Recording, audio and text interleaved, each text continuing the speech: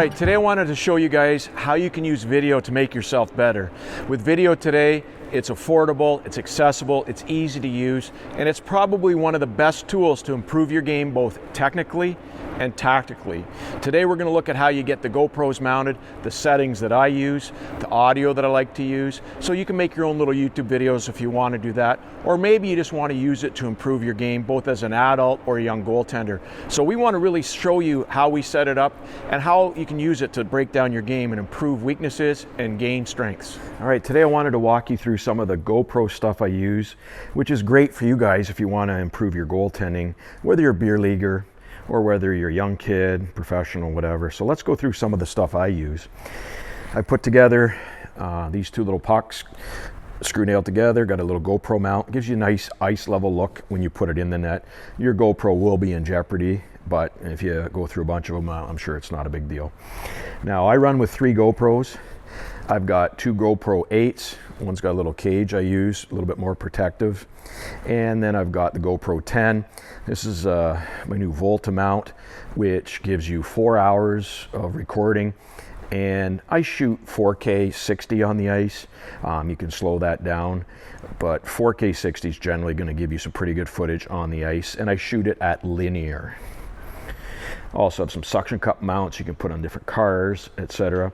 And then I also use a chesty, which you would have seen in some of the videos before. And the purpose for that gives you a coach's eye perspective, but even more importantly, on the ice, it gets you a really good audio signal. So I really love that. Now, as we see in the video with the mount, you want to have this up above the net, just a little bit over head height. In the video that I shot, I didn't go around on the cement, so I just put it on the inside of the glass. Obviously, you want to put it behind the glass so it's protected, but a very simple GoPro mount is great for catching footage, and it shows a little bit on either side of the net and the line rush and the stuff that you want to see. Does the goalie look off the puck? Does he have good depth? Those are great things you can see from this angle, which I've been using since the old VHS camcorder days. So get your camera set up right here, 1 camera, 1 mount. You probably could get this done for $500 or $600, and this is a great way to improve your game. And I would say getting video of yourself playing is probably a $500 or $600 better investment than paying for lessons.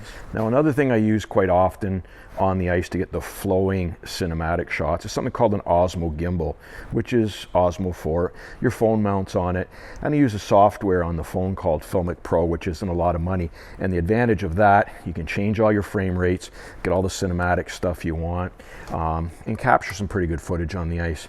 But that's a basic setup.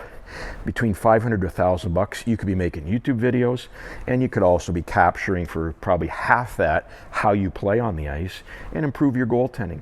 So don't make it an excuse. Get the gear. It's out there. Be there on your front porch from Amazon the next morning. Start studying your video.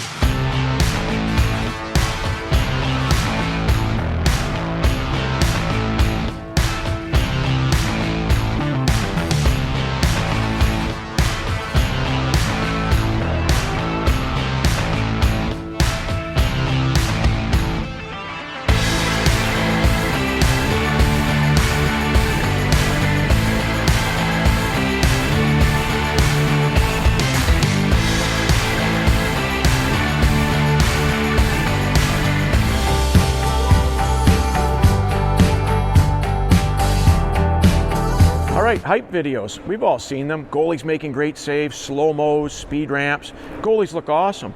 But let me tell you, as a scout, we don't want to see highlight tapes. So people that are charging you to make highlight tapes, or you making those highlight tapes to send to schools, they go straight in the garbage. It's not the real you. We want to see what things look like when the lights come on in the bar at 2 o'clock in the morning, if you know what I mean. We want the real picture of what we're dealing with. So as a scout, we quite often would ask for random games where you could see the whole sequence of great game, bad game, how do they bounce back. We don't want to see highlight tapes. Don't send them. They go in the garbage. They're not the real you. It's not what's going to get you where you need to go. And the same thing applies for family advisors. You don't need a family advisor. Mommy and daddy love it because they can tell all the other hockey parents that we got a family advisor.